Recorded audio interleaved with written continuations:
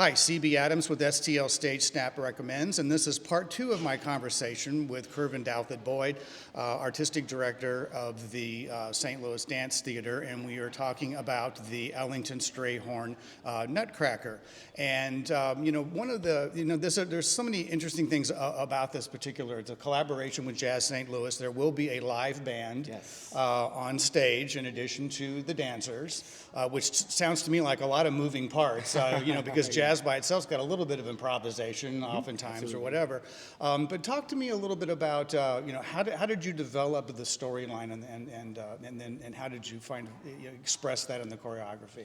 Yeah. So when we first landed on this project, or agreed and confirmed that we were going to move forward, right away I thought about like what would be the Nutcracker that we would like, what would be our story, right? And so the suite is actually only in 9 sections, and so I was like, okay, so we can't tell the traditional story of a rat king and the prince that comes to life and all of this, but how is it going to be special for us? And for me, I went down a rabbit hole when I started learning about Billy Strayhorn and his life.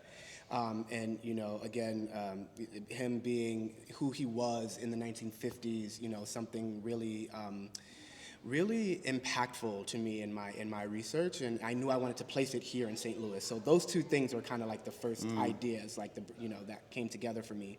And then I continued to research about the industrial period here in St. Louis, and a little bit about the racial tensions that happened and segregation laws and all of these things, and the height of the entertainment district. And then I thought to myself, well, that's a story that we know, but maybe something that needs, again, more time to tell, right? So I've kind of romanticized this time in the Gaslight district, where the Crystal Palace is in its heyday, and Josephine Baker comes to perform for a one-night-only review, and Billy Strayhorn, the musician, meets her there and ends up falling in love with one of her dancers. So, I knew, again, that I was going to make this a queer love story set here in St. Louis. Mm-hmm. That's terrific.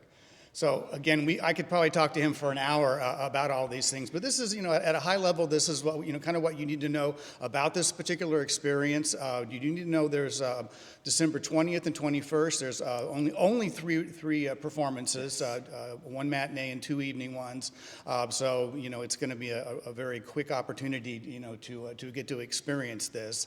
And I hope you all will consider looking into getting some tickets, and we hope to see you then. Bye-bye.